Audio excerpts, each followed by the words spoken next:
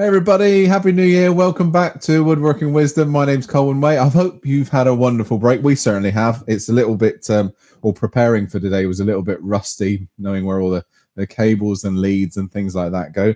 But we're back. Hopefully, Santa's been kind to you and bought you lots of machines and tools and things like that. We can ever hope anyway. What today's all about really is just back to basics. So maybe a few of you, maybe new viewers, you may have a lathe for the first time. You might just be starting your turning adventure or turning journey, as they call it. And I just want to go through the basics with you. You can see a couple of cameras here to my right. There's no escaping the fact that there's cameras there. You know the cameras are going to be there all of the time, so I'm not going to try and hide them. And the reason being, I want to get in really close on this one. This is really important to get or give you the exact angles of how we're presenting tools, the finish that we're getting, all those sorts of things. So yeah, we've brought the cameras in really close. So there's no hiding today. So unless I announce it before, if I do get a catch, it's my mistake. We are going to get catches though. I'm purposely going to create a few issues and see why they occur. Now, I'm going to mention the S word, the skew. We are going to get the skew out and use that quite a lot. And I want to show you why it catches at times. And if you're new to turning, you may not know anything about the skew and how notorious it can be or is. So we're going to look at it. And I don't want anybody to go away from the session today not being enthused to have a go with the skew if you haven't before. But saying that, we're going to look at the basic toolkit. I'm guessing if there are any newbies that have started, especially during the Christmas period, you're going to have a basic toolkit or just a few tools to start you off. So I'm not going to go and use anything fancy, no specialist tools at all. We're just going to use the basic tools. So roughing gouge, skew chisel, spindle gouge, parting tool, beading and parting tool, those sorts of things. And if you don't know what they are, what the terms are, we'll explain them as we go. One thing I will say, when I started teaching for Axminster tools almost, well, it's nearly 25 years ago now. My first session, I was led by a book called Keith Rowley's Foundation course. Now, I'm going to show you this one only because I still think it's probably one of the best books that's out there still. It is well, it's been out now well over 30 years. And unfortunately, Keith Rowley has long since gone, but it still holds its own. It's a very, very good piece of kit. I do swear by this book. If I'm advising any beginners out there to get one book, go for that one. And what we're doing today, our practice piece, is something that I do on my courses. It's the same thing that I got from that book all those years ago. So I think we're putting the number up for that one on the chat function. All right. We've actually got some questions. So don't forget, if you get any questions, and today is all about questions, all about you guys really, use the chat function. Ben here is on the cameras and the chat. He's going to ask all the questions, and I'll do my best to answer them for you. Yes, Ben, first question. So happy New Year, everyone. First question from Cliff. He's asking, well, he's saying on a previous Woodworking Wisdom that you mentioned that you used an adjustable boring bit. Which one is it? He's saying, is there any benefit of the Axminster version compared with the Japanese model?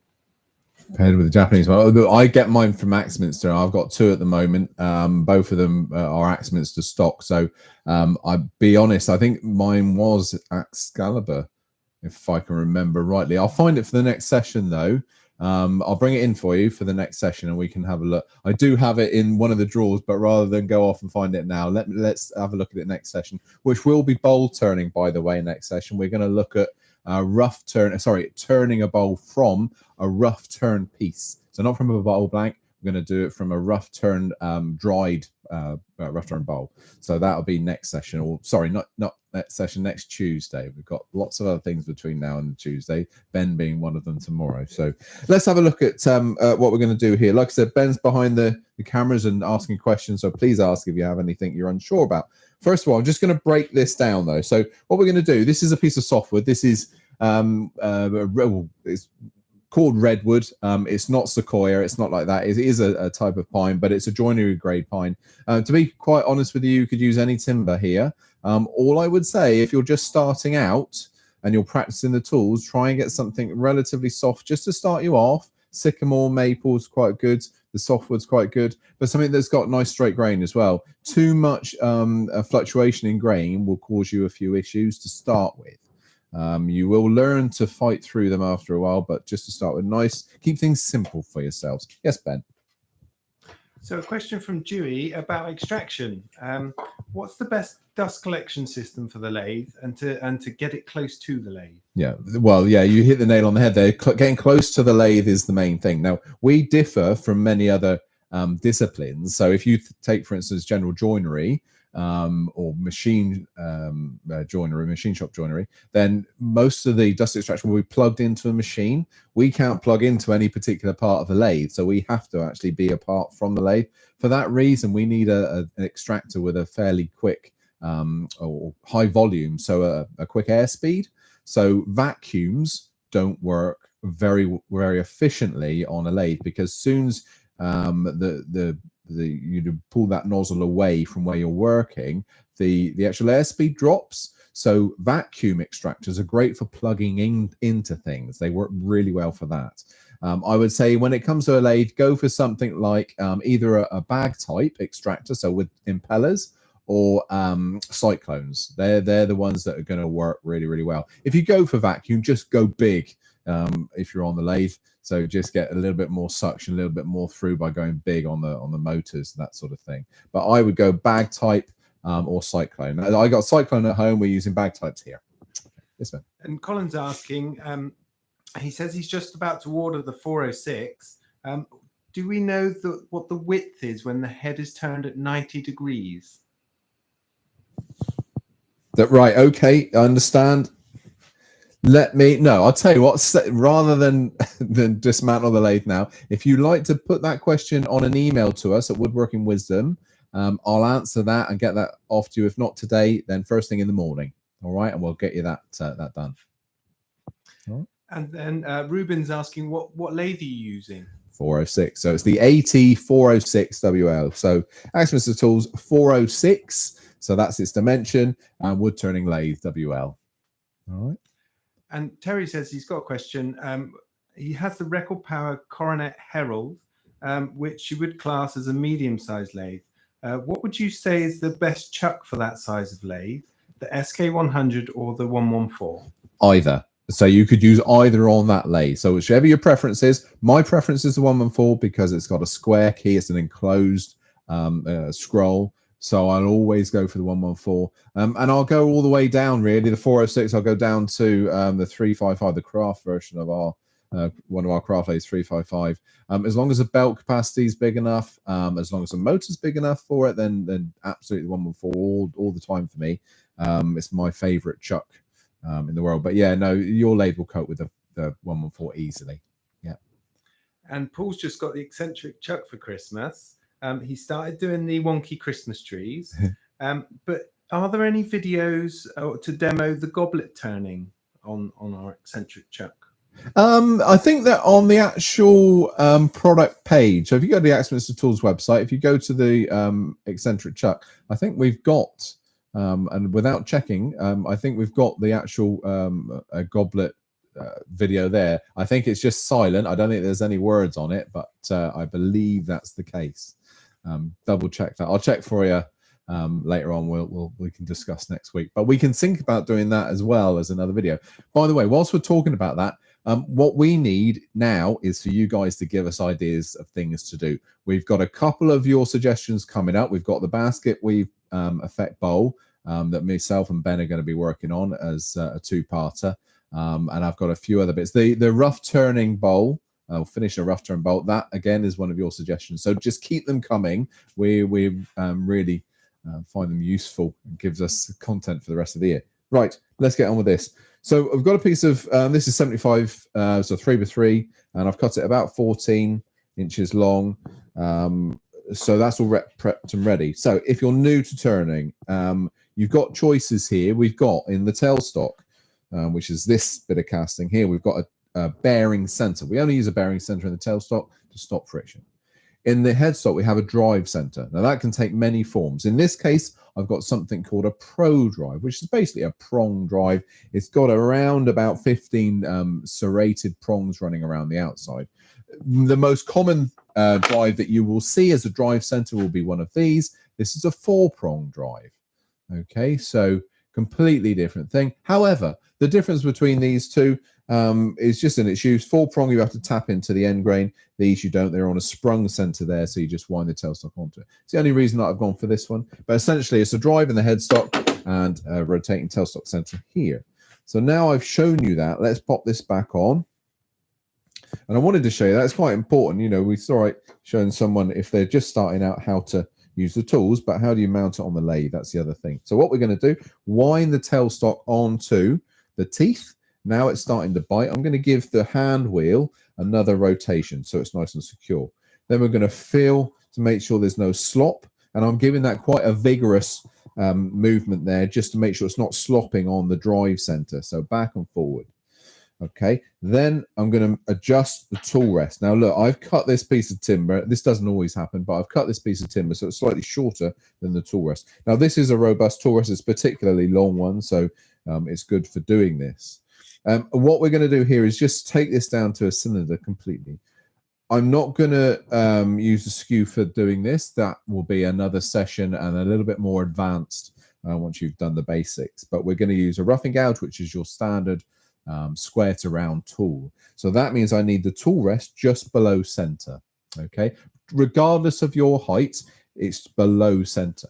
What will change depending on your height is how much below center you go. So if you're particularly tall, just a little bit below center. If you're particularly short, then a little bit further below center. But I would always say best recommendations, get yourself up a little bit. If your elbows start to go high, then actually stand on something.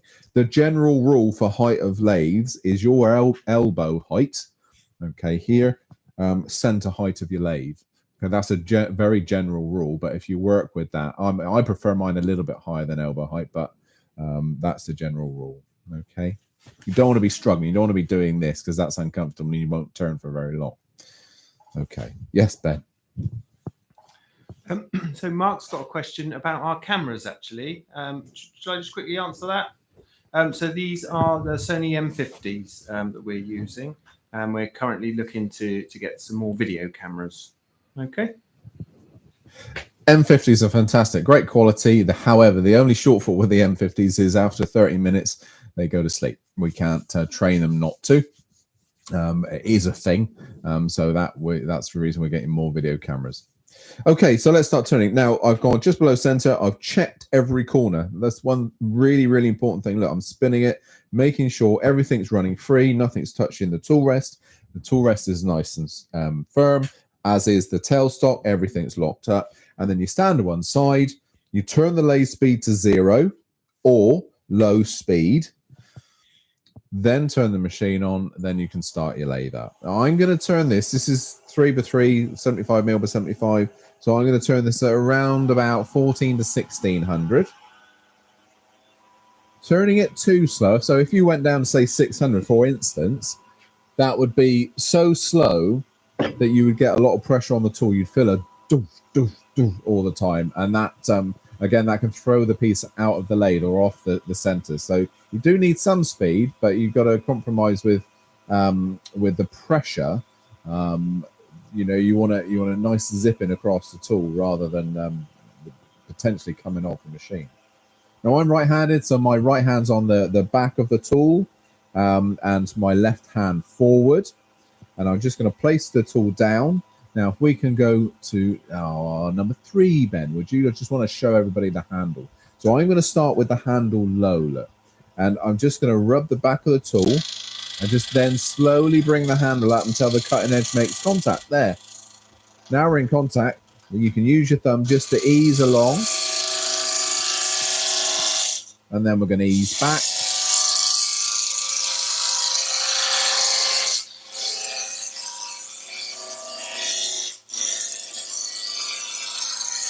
And just get yourself comfortable with traveling backwards and forwards.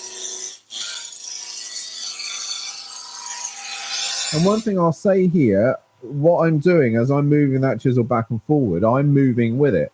If you certainly to begin with, sometimes you can find yourself rooting your feet to the ground, clamping the tool in position and not being able to move too much. So I would try and get yourself to loosen up the shoulders, which is easier said than done at the beginning, you know, with a big bit of timber flying around. But if you can loosen the shoulders up and get that movement, get the hips going, get the thighs working, and really get that movement going, you'll find it a little bit more relaxing. So backwards and forwards.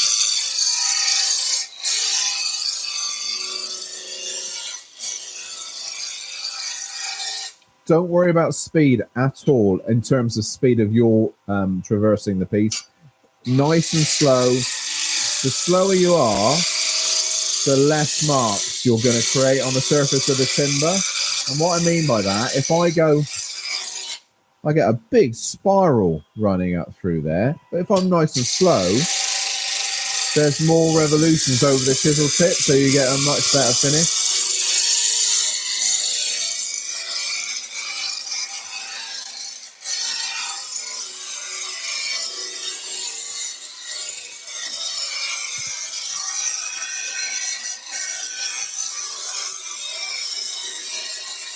There we are. Now let's just stop that. We'll have a quick look and see what we've got.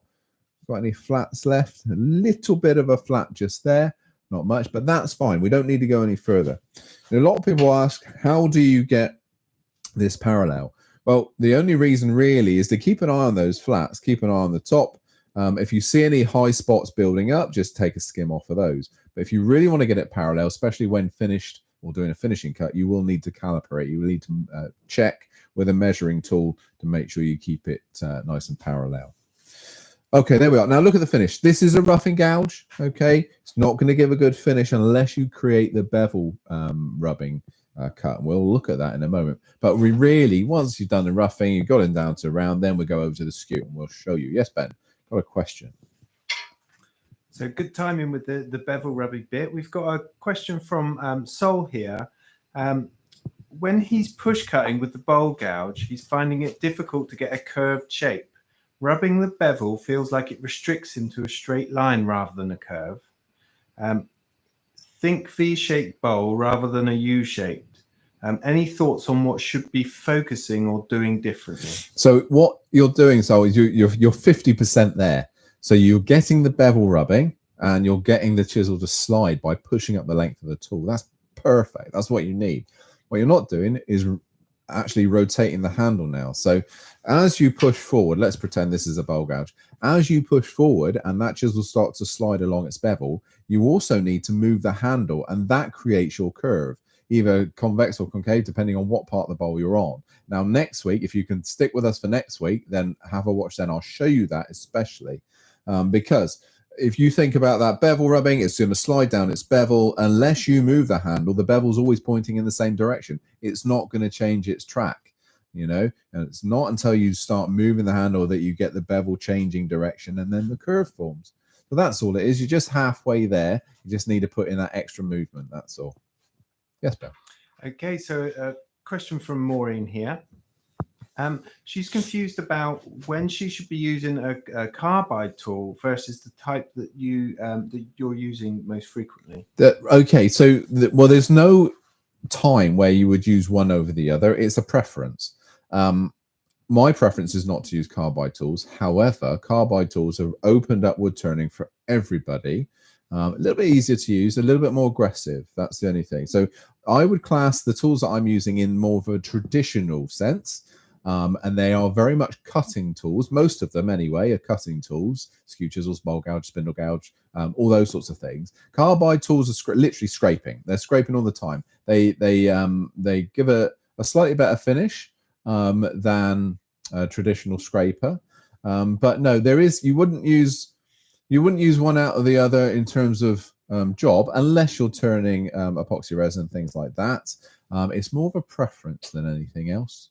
So, for instance, the roughing gouge, you can use the roughing gouge to do this, but then in carbide world, there'll be a rougher in the carbide tool range as well. So that's where you would use one and not necessarily the other. It's just a preference thing. Yes, Pat. And Killian's asking if you have any advice for hollowing a bowl left-handed, or does he have to learn to turn right-handed? You don't have to learn to turn right-handed. It does mean you need access to the tailstock end. You need to be able to walk around here and have a headstock that can move up and down to follow you. Also, by swiveling the headstock, that gives you more access as well. You know, basically, instead of me doing this, we're going to be here. So you can turn this way, hollow forms. You need to get around there to be able to hollow the hollow forms that's here. So, no, you can do it. You will still have to use the left-hand side of the project to turn on. You wouldn't be able to turn on the right-hand side unless you reverse. But then if you get into reversing, you're going to have to start looking at locking the chucks onto the lathe and so on. So I would keep it running in the same direction, but just have access to that tailstock end. That's the only thing. Yes. And Frederick would like to know, did Father Christmas bring you a robust lathe this year? It's unfortunately not. However, Frederick, we are going to meet, I think, in the first weekend of February when we get to have a look at the robust lathe. So I'll be doing sitting born stool on the 5th of February. If anybody wants to come and have a look at the lathe, we're going to be up there demonstrating it and showing you what it can do. So no, unfortunately, no, it didn't get me anything. A few rugby tops, and that was about it. And Pete would like to know, well, he's been making a lot of bottle stoppers, but finds the mount comes out of the taper. So I guess the bottle stop arbor. Is a light tap with the mallet okay, or will this cause damage? It won't cause damage. A light tap is fine, and in fact, engineering lathes, that was the thing to do. You know, something that you've done, of course. No, what the best thing is just turn most of the project between centers. So use the arbor. Screw your piece on, tailstock comes up, do the turning, take the tailstock away for the last bit just to clean up. That's the way I do it, and I make sort of hundreds at a time, and that seems to work for me, rather than doing the whole project without the tailstock. The real intention is to use the tailstock for most of it. All right, we better do some turning. Now, what I've done here is I haven't moved the tool rest. And most people won't move the tool rest, and this is something we need to get over. You have to now. We've now just finished with the roughing gouge, and I'm going to go over to the skew chisel. The skew chisel. Right, so let me just, I know I said that I wasn't using any fancy tools. They're not fancy tools. I just got a slightly different shape on my skews. If you have a standard skew, makes no difference. They work in exactly the same way. You've got a long point and a short point. Let me just show you what happens, though, if we don't move that tool rest. We've got a big gap here now. Now, first of all, that's a big enough gap to get your fingers caught in, so we've got to be careful there. But also the tool rest is low. Skew chisels need the tool rest to be high. Now, let me show you what happens. I'm going to create a catch, so prepare yourself. It can make you jump, even though you're watching it on the TV screen or computer screen. I'm not changing the speed, but the idea with a skew is you clean the finish up. If you get the wrong part of the skew chisel in contact, though, what can happen is you get a nasty crash on the lathe, which will make you jump and be fearful of the skew. So we've got to change that. So here goes, big crash. And that will happen every time if you hit or contact with the wrong piece. Now, let me just show you what's happening. Look at those lovely little catches there. What's happening is the skew chisel only rubs on its bottom section. Okay, down here. That means the top section is just floating. So if you actually touch the tip on the top section, it drives it down until it crashes onto the tool rest. And that's the bang that you heard. So we've got to avoid that. So what we're going to do is we're literally just going to move the tool rest in a bit closer, and we're going to raise the tool rest up. And I like to think usually about 6 mil, quarter of an inch above seems to work. 6 mil, quarter of an inch above. Tighten up now because I've had a nasty little crash. So we'll tighten up and then we're ready to go. So the way this is going to work now, the best angle on this one would be, if I can, yeah, there you go. So look, I'm going to rub the back of the tool. No lathe running, just my hand moving it. Rubbing the back of the tool with the bevel, sorry, on the timber. And now I'm going to raise the handle. And look, we can start to see shavings coming off. Okay, that's the perfect angle. We're actually cutting from, I usually say the halfway point down. A lot of people say the bottom third. I prefer the bottom half. It gives me a much broader cut. The bottom half, but not the bottom point. The bottom point will not throw shavings away, and we'll show you that in a moment. Let me just get a cut going so we know what the right cut should be. So bevel rub. So hear the bevel rubbing. Nothing's happening, not cutting, until I lift. There's the shavings on the chisel tip. Then I can push forward and we can start getting some nice shavings flowing away. Start again, come all the way back. Push forward, and we're going to go right the way through those catches.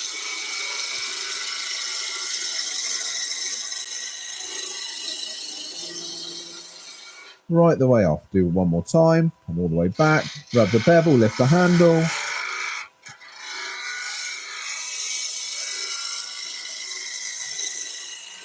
And the sort of shaving that you get coming off that is almost like a planer shaving. So it's quite a nice finish. A finish that you won't. You will need to sand, but you won't need to aggressively sand. You can start almost with a 150 or a 240, for instance. Completely different from the roughing finish that we've got. Excuse me, on this side. So that was from left to right. Just literally pushing the chisel along. If you want to come the other way, I just turn the chisel over and do the same thing coming from the other way.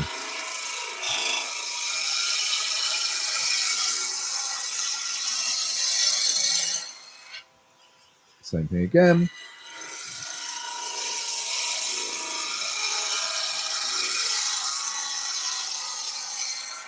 And that cleans the finish up. Now, when you get confident with that, as well as rubbing one way, so we're going to clean up. If you want to take a bit of bulk away, then you can rub back. So we're cutting backwards, and then we cut forwards. Always end up by pushing the chisel forward. So don't end up with a pull stroke, because a pull stroke will leave little spirals where we want to have a nice flat finish.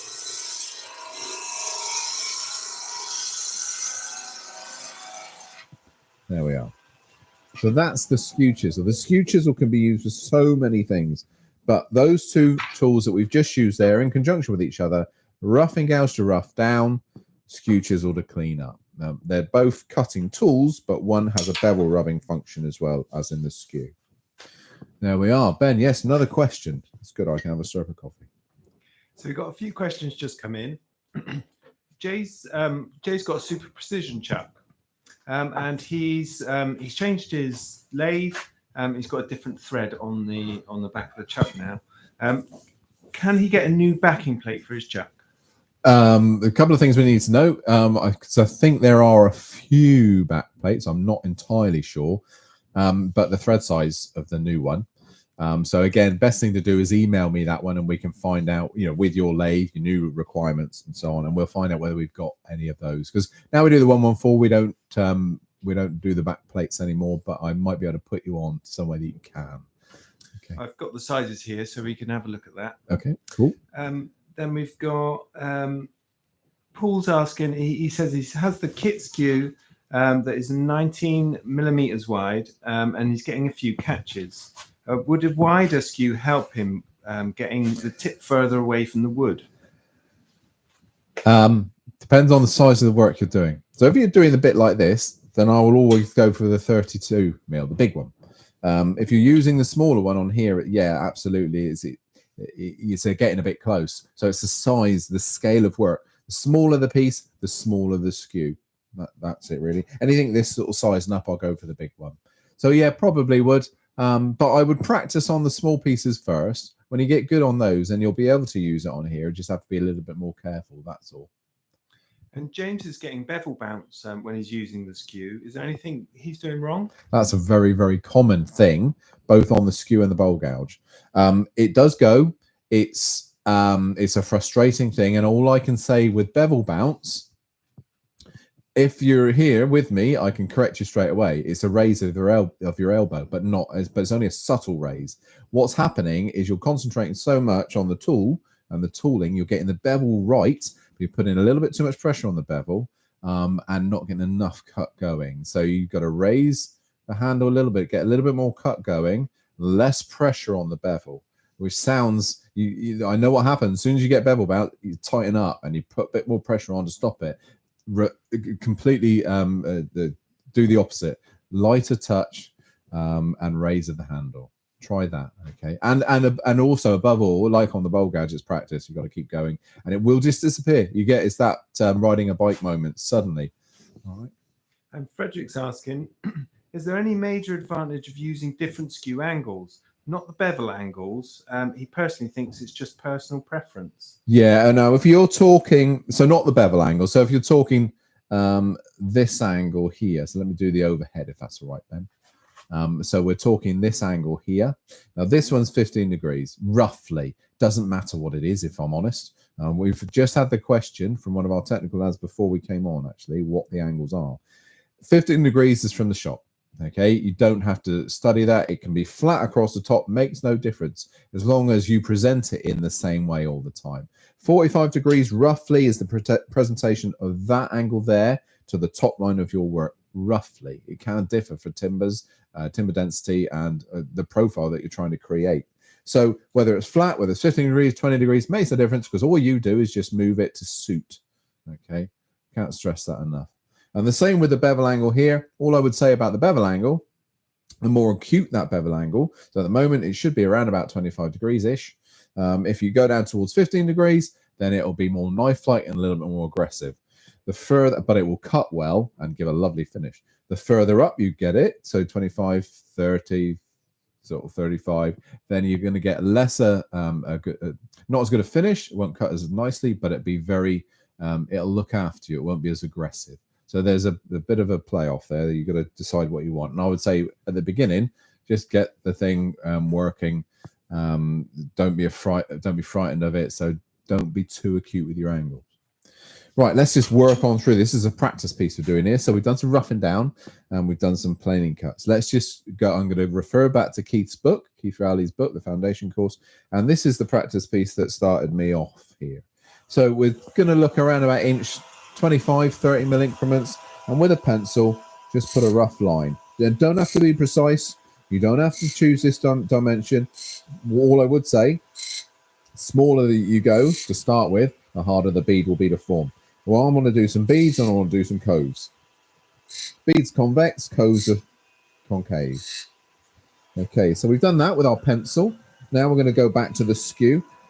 Tool rest is still high, so I'm going to use the long point of the skew. So we've got a toe and a heel. The toe is the long point. That is facing downwards now. I'm just going to replace the pencil line with a cut. And it's just a push in, and that's it. Nothing else. Don't stay in there for too long, otherwise you get a lot of friction and a lot of burning.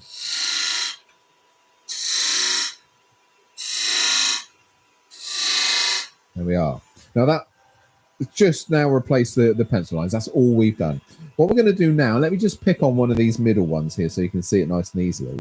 We're going to take, almost like using an axe to chop a tree down, we're going to chop in at an angle on both sides. So we're going to start one cut there, next cut there. So literally beside it. Let me just focus that in. Just pop to another camera a minute, Ben, while I just bring this camera in a closer view. There we are. Try that. So you can see there, look, those heavy lines. So we're going to chop those in. Once we've done those, I'm going to take a look at it. Is the V-cut deep enough for the bead that I want to produce? If not, then we'll go deeper again. So here we are. Now, instead of being dead upright with the skew, what I'm going to do now is tilt on the relevant side. So if I'm cutting the left-hand side, I'm tilting toward the left. And then you engage the chisel tip and push forward. Because you're just pushing forward, the bevel angle is pushing you down at an angle. So it's a really clean cut that you produce. And again, the other side, and the other side, and the other side, the other side, until you get what we call a V-cut. V-cut is named because of the profile. Now let me just do a few more.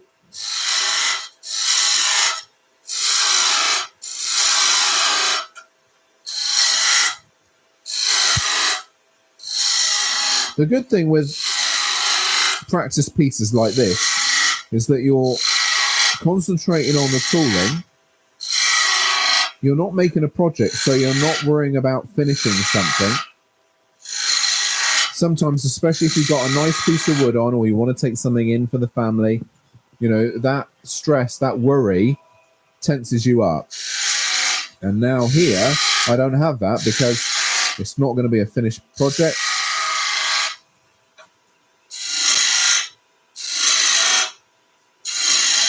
And this type of practice piece is repetitious. So you start driving those skills home.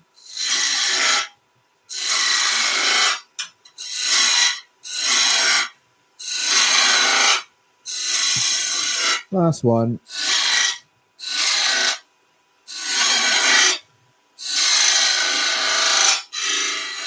There we are. So look, that's what we got. You can now go, I can see there's a couple of bits I need to clean up. You can go over and clean up.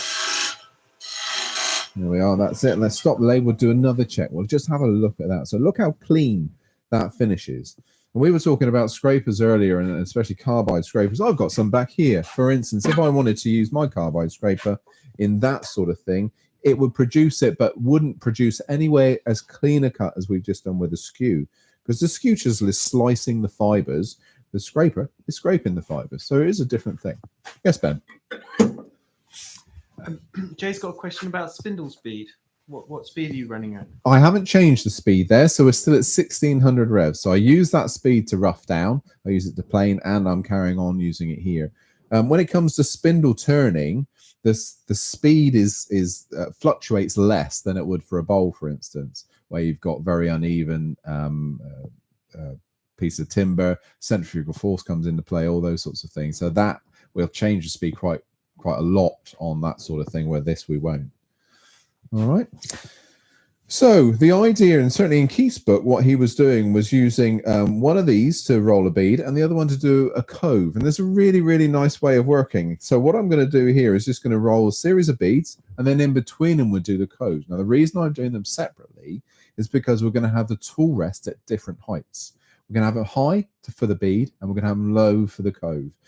Because the cove is going to be made with a gouge, and the bead is going to be made with two tools. I'm going to make some of them with the Skew and some with a beading and parting tool, just to show you why. I mean, there is no problem. We could use a spindle gouge to do exactly the same thing as well. In fact, we might have a go at that. So let's pick up on I'm going to try and get rid of this gnarly section here, that catch that we made earlier. So we'll get rid of that one. So let's go bead, bead, bead, bead. And the rest can be coves. So look, what we're going to do now is to start our bead, if we put a little center line on all of the beads. Now that's going to be a focal point for us. And I don't really want to touch that center line. I want to leave that alone. Otherwise you tend to get pointed beads. Don't want pointed beads. And now we're going to start right on the edge. So let's make that a little bit heavier. So I'm going to start by taking these corners away, and then each cut starts a little bit further back, close to the center, each one you do. So let's start rolling. So there's my Skew. I'm going to use the heel now. The heel is going to be rolling. So rub the bevel, roll in. Rub the bevel and roll in. Rub the bevel and roll in. So none of these cuts are very big at all. Each cut was small, but we made several of them. So we've got one more to do on this side.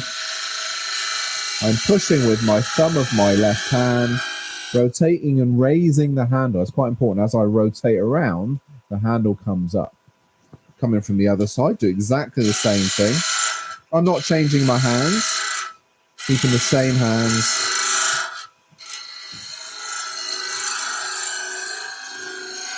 Again, a very common point of catching is rolling beads, and I'm going to show you why.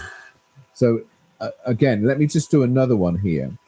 Now, I don't know whether you can see, but my handle is pretty much in line with the cutting edge. You get a catch when you're rolling the bead over when you bring your handle around like this, because what I'm doing when bringing the hand around is actually lifting the bevel away from the timber. And let me show you what one of those catches looks like. So we're going to come around, I'm bringing the handle round, and all of a sudden it's going to roll up. Now, the spiral catch is a very common thing. You'll see it a lot. And there we are. You can see it, and it does frighten you because you're concentrating when you're turning a lot of the time. And so suddenly that happens when you're not expecting it. It frightens you, and that makes you nervous of the tool. The only reason that happened is because the bevel wasn't rubbing. The bevel wasn't rubbing because I brought my handle around too far. Try and concentrate on keeping that handle in line with your skew.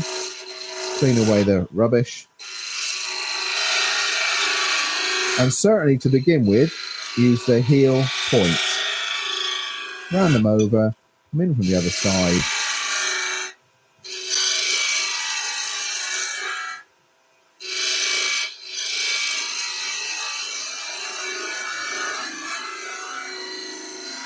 All the way down, so we've got our nice little bead.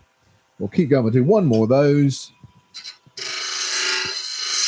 Right, let's do a couple. I'll do one more with the skew, and we'll do one with the beading and parting tool.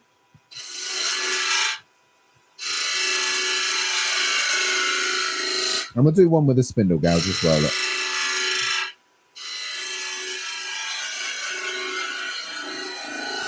All the way over.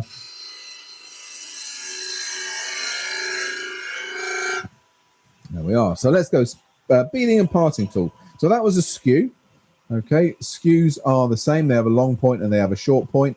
Ignore this for the minute. We'll talk about the display that way at a later date, but certainly for any viewers that have been keeping up with us this year, you'll know all about this tool. But standard skew is just a straight chisel, works in the same way. Yes, Ben? Leslie's asking, are those tools available in store?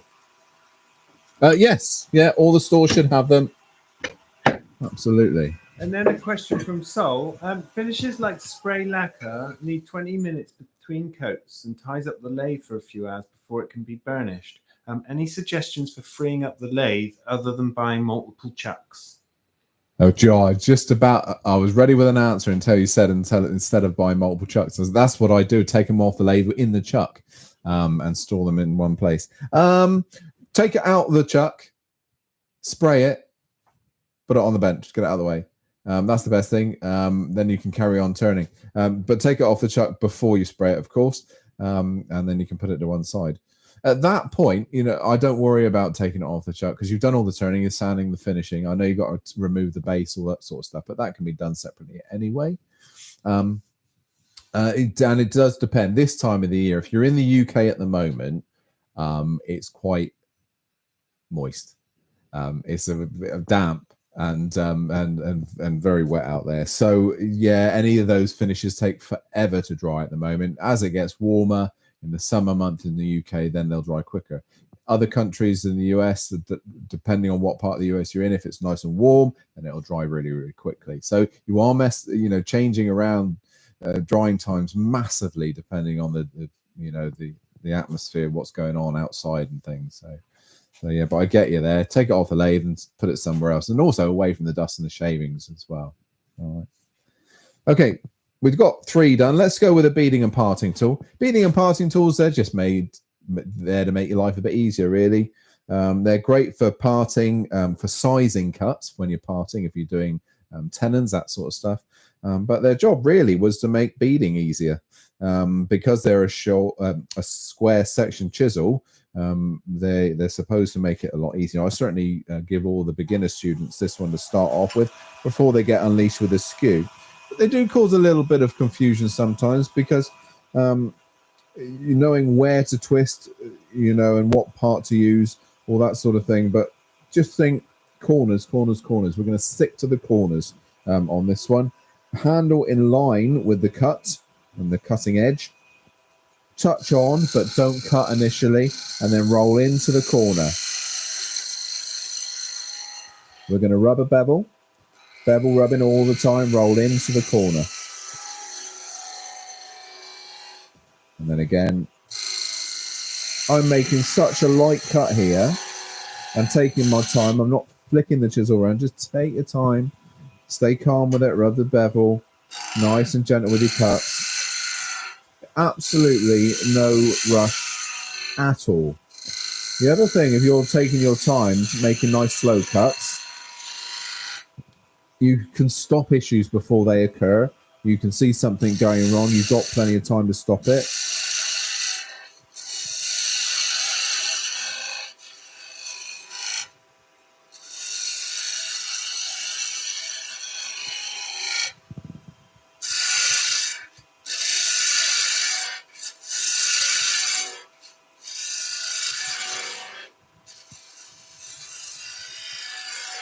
Right the way over.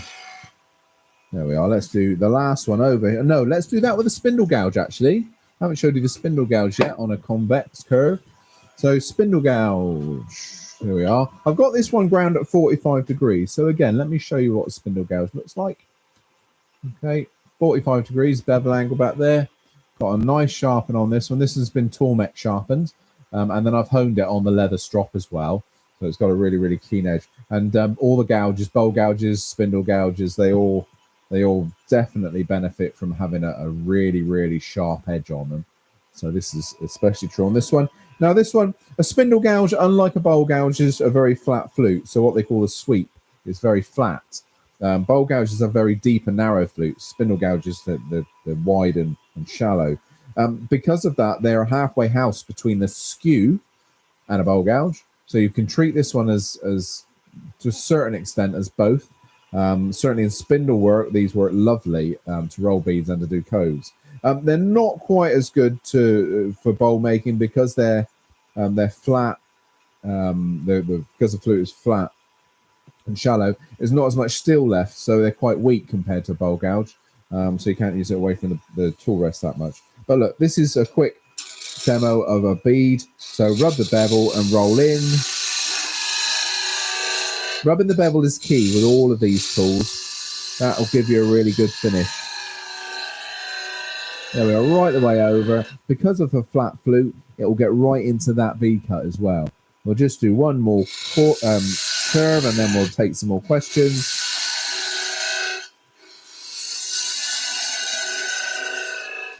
Now, one more. So as I'm rolling, the handle's lifting very gently. There we are. So there we are. All those beads done with 3 tools: the skew, chisel, beading, parting, and the spindle gouge. Yes, Ben, another question. So a question from Samantha. She's asking, how many different bowl gouge grinds do you use? She's looking to have one standard for 40/40 and then one with a David Ellsworth grind. Is there any virtue in any others? The 40/40 is good. I tend to go 55 on quite a few of mine. It's a good all-rounder, more like an Irish grind. 55-degree bevel angle, and it is around about a 40 on the wings as well. Ellsworth is a good grind. It's a very strong grind. And if you're doing deep bowls, big bowls, really for me, an Ellsworth needs to be on something like a 1/2 inch gouge, so quite a big one. They're a very safe grind because the wings are ground in so far. You can get some great shear cuts on them. But I would save one bowl gouge back as a bottom feeder as well. So if you're doing deep bowls and you want to traverse the bottom of the bowl, it's always handy to have one as a bottom feeder. They work well. Even if you create that bottom feed by putting a double bevel on, that will help. Yes, Ben. And Martin's asking, is there a recommended bevel angle for the beading and parting tool? Same thing as a skew, really. So you can get more of a finer cut the more acute it goes. But then again, they do get a little bit more aggressive. You've got to drop the handle a bit further, the more acute, and so on. So no, I mean, that one there, he looks to be around about. We're probably about a 30-degree on this one on a single side. Sorry, Ben. Around about a 30-degree on that one, I would have thought. But no, you can go all the way back 25, even 20 if you want to. And that, if you think about it, it's a flat skew. You know, it's just it's square section chisel, but it's just, it's a skew. It's just a flat section, and works really well. Okay. Right, so let's do some coves. I'm going to drop the tool rest down now. We're using the gouge. I know we didn't up here, but it's easier with the tool rest down. And now we're going to let's do the center one.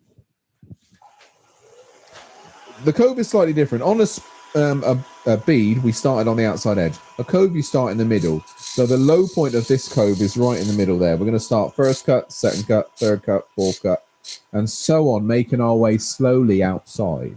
So I'm facing the flute into the center and I'm curving, rotating that tool. Movement with the handle as well. So if I want to go, for instance, at the moment, that's quite a shallow curve. If I want to go deeper with that one, what I'm going to do is bring my handle around here and really sweep that handle round. So again,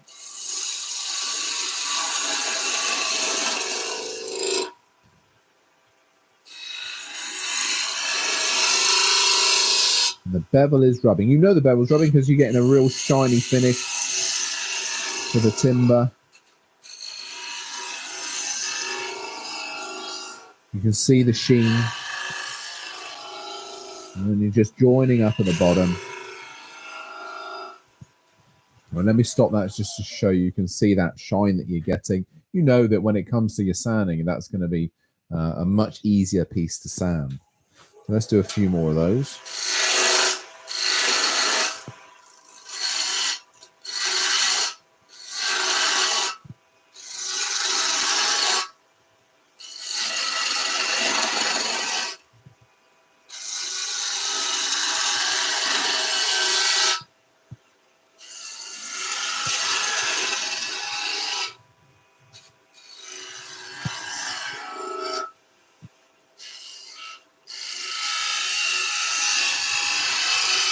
You see the movement there. I'm starting quite a long way around, rotating, moving the handle around just to keep that curve flowing.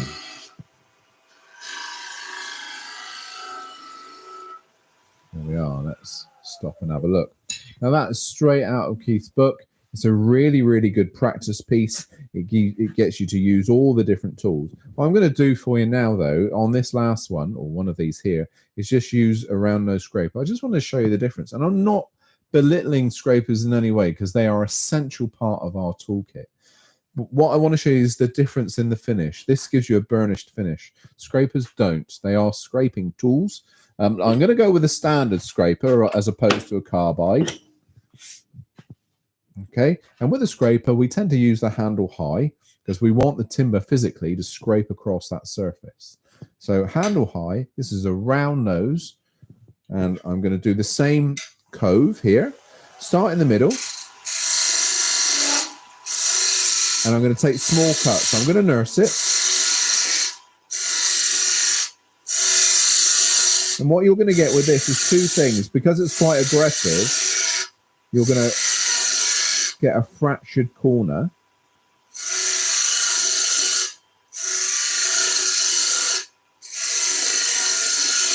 And the finish will be quite a lot duller.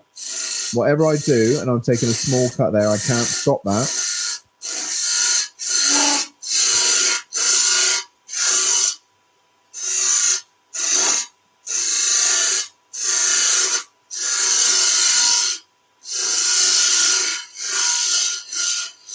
Now, that by far was a lot easier to do, but the result is nowhere near that of what we've got over here.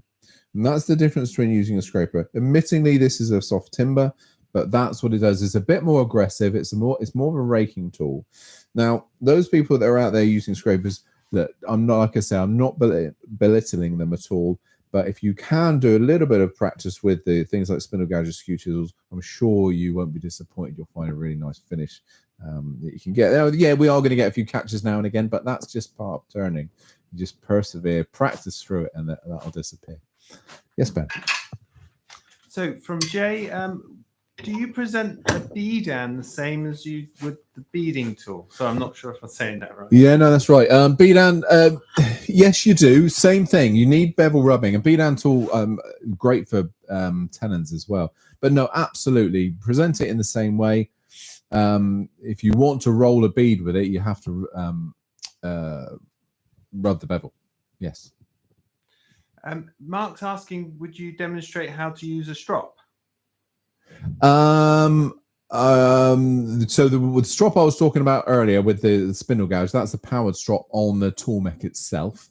In terms of just a leather strop, I don't have one.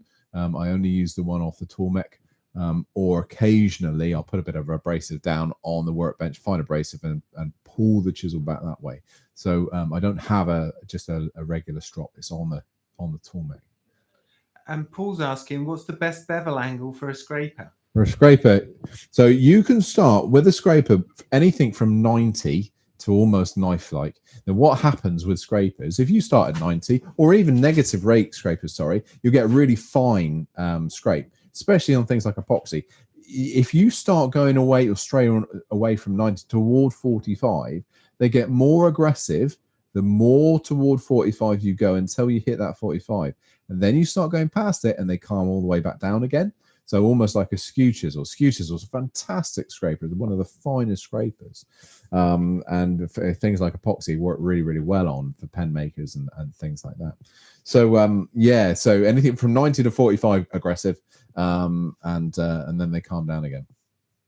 So yeah, but anything there is no one angle really. You can use whatever. It's gonna the project and the material is going to dictate where you go with your scraper. All right. What are we doing time-wise, Ben? I think we're almost there, aren't we? So guys, look, I hope that's helped. Even those guys that have been turning for years, or those that have been following me all of last year might have got something from that. I'm fingers crossed anyway. And those new to turning or new to this channel, welcome. Stick with us. There's loads and loads of things we're going to be doing over the next few months, over the next year. Ben's back tomorrow. Ben, what are you doing tomorrow? Tomorrow is pyrography, and we're looking at textures, so feathers and fur. Fur and feathers. There you go. And then Jason will be back on Thursday. So next week, like I say, I'm going to be looking at doing a bowl, and that will be from a rough turn piece. Again, for those newbies, I'll explain what I mean by a rough turn piece next week, and onwards and upwards. So thanks ever so much for stopping by, and I'll see you next time. Bye-bye.